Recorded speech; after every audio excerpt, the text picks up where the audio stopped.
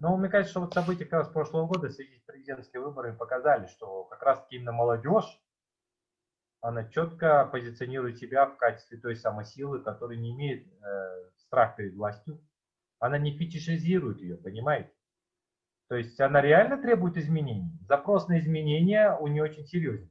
И этот запрос на изменения в прошлом году возник даже у той части общества казахстанской, которая была аполитичным. Она, по сути, не интересовалась политикой. А ковид, коронавирус, в этом году просто показал даже тем, кто считал, ну, в принципе, ничего страшного, лишь бы не было войны в Казахстане, живем же, да? Он тут показал, что эта система не работоспособна, она не защищает никого, кем бы ты ни был. Как бы ты ее ни пытался обелить, там где-то отстоять эту систему, вдруг эта система бросила тебя на произвол судьбы. Правильно говорят, что был период даже без власти, да, там в июле, например. Реально куда-то исчезли все. Государства не было, все спасали сами себя. Понимаете, это был хаос, бардак управленческий. Вот. Поэтому, на самом деле, я думаю, вот как раз-таки здесь скепсиса и пессимизма не должно быть касательно правозащитной деятельности. Наоборот, сейчас у правозащитного поля, мне кажется, такая идет новая реинкарнация, да, вот как бы появление, возможно, новых. Появятся новые игроки, новые активисты, вот, потому что даже те, кто когда-то считал, что это небольшая для него проблема, вдруг понял, что это касается его непосредственно. Когда плохая медицина, плохое образование, когда государственные органы тебе не помогают в кризисной ситуации, когда ты не можешь купить медикаменты, когда больницы не работают на твое здоровье. Это все связано с правами человека, понимаете? Когда люди вдруг начинают, пострадали от нашей медицины и не знают, к кому обратиться и как защитить свое право, они вдруг начинают понимать, что необходимо что-то делать.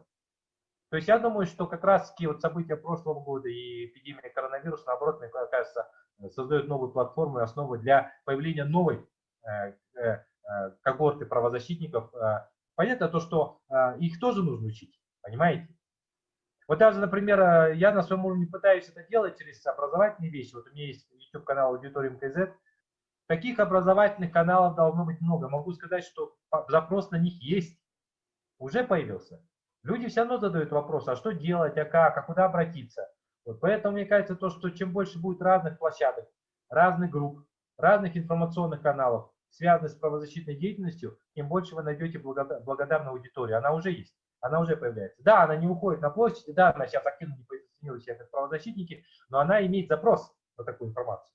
Она вдруг стала понимать, что их права придется им отставить самим. Вот. И желательно ставить грамотно и отстаивать с определенной долей эффективности. А кто им поможет? Только правозащитники могут помочь. Но опять же, если посмотреть на существующие тренды в мире, то количество авторитарных государств в любом случае сокращается. Мы даже посмотрим события в Беларуси.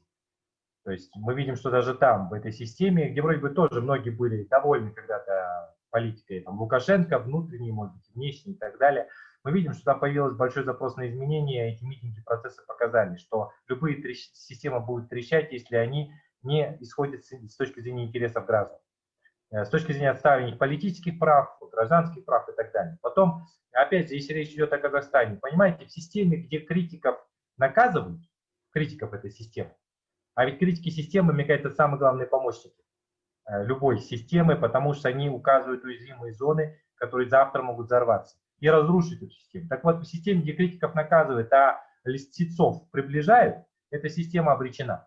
Понимаете? Да, она может просуществовать определенный период времени, но система, которая рассматривает критиков в качестве врагов, она просто не готова на самоизменение, на реформирование, на модернизацию. Потом, опять же, сейчас говорит о слышащем государстве, но нужно действующее государство, как правильно говорят, действующее, с точки зрения конкретных реформ. Слышать это одно, слушать это другое, а вот действовать это третье. И это лучше делать сейчас, потому что, во-первых, давайте исходить из того, что Казахстан же не на Луне находится, мы находимся в глобальном мире, динамика очень высокая.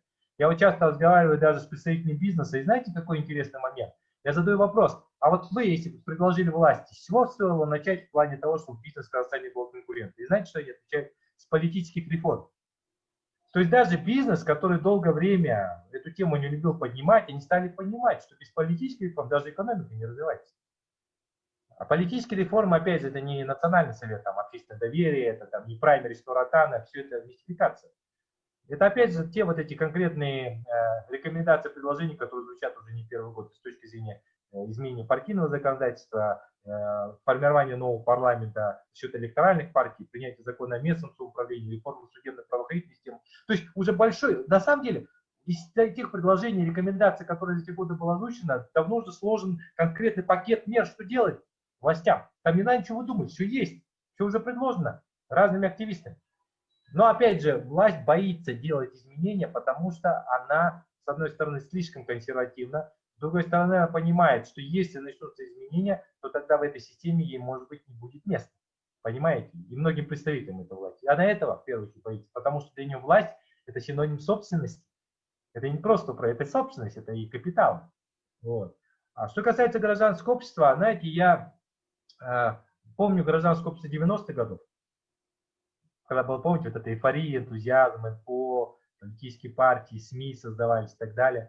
Потом возникло ощущение, что то гражданское общество умерло.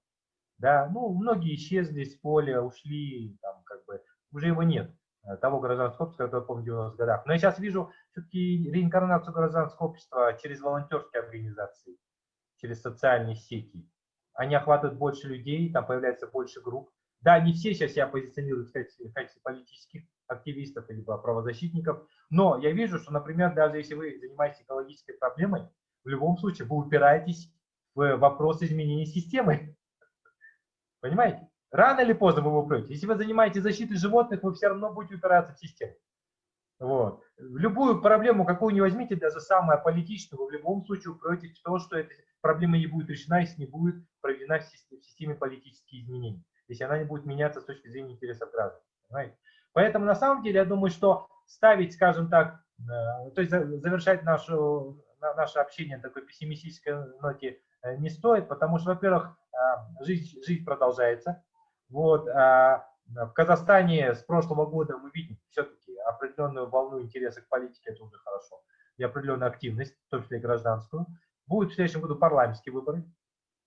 Вот, я думаю, что они в какой-то степени создадут новую волну этой активности, судя по тому, что к ней уже готовятся гражданские активисты. Поэтому в любом случае, хочется сказать, вода камень точит, но на самом деле эта вода уже камень точит очень давно. Мне кажется, то, что если власть не поймет очень простую истину, если вы не будете менять систему сами, помните, когда у Кеннеди был известный афоризм, да? Те, кто не готовит, скажем так, мирную революцию, делает насильственную революцию неизбежной. Понимаете? Вот такой у него афоризм есть. Вот. И по сути, вот даже последние события в Кыргызстане показали, вот, что несмотря на две революции, на усталость населения от политических изменений, в любом случае, если вы не учитываете интересы граждан, граждане всегда будут готовы, скажем так, эту систему попытаться подменять по своему образу и подобию. Поэтому мне кажется, то, что реформы, изменения в Казахстане, они в любом случае будут проходить. И самая главная задача гражданского общества – это в первую очередь консолидация, потому что действовать по принципу растопыренных пальцев – это не очень хорошо. Во-вторых, это повышение образовательного правового уровня, населения в том числе. Вот. Ну и третье – это создание новых институций. Опять же, я думаю, что чем больше в Казахстане будет появляться каких-то организаций, которые связаны с правозащитной деятельностью, с юридической поддержкой правозащитников и так далее, тем лучше будет в целом и для гражданского общества, и для граждан. Вот. Нужно создать свою инфраструктуру. Вот. И она должна быть очень работоспособная, эффективная, потому что когда такая сеть будет по всему Казахстану создана, ну тогда в какой-то степени это позволит и создавать очень хорошие основы для информационных волны, поддержки тех или иных активистов в регионах, в первую очередь, понимаете? То есть когда те или иные судебные процессы проходят в Алматы, об этом более-менее известно. Когда они проходят в регионах, меньше о них известно, только в узком кругу. Так не должно быть, потому что активистов и в регионе тоже очень сильно прессуют. Я думаю, что вот этот момент, связанный с инфраструктурой, новой инфраструктурой гражданского общества, которая должна быть создана, это тоже момент мы должны учитывать.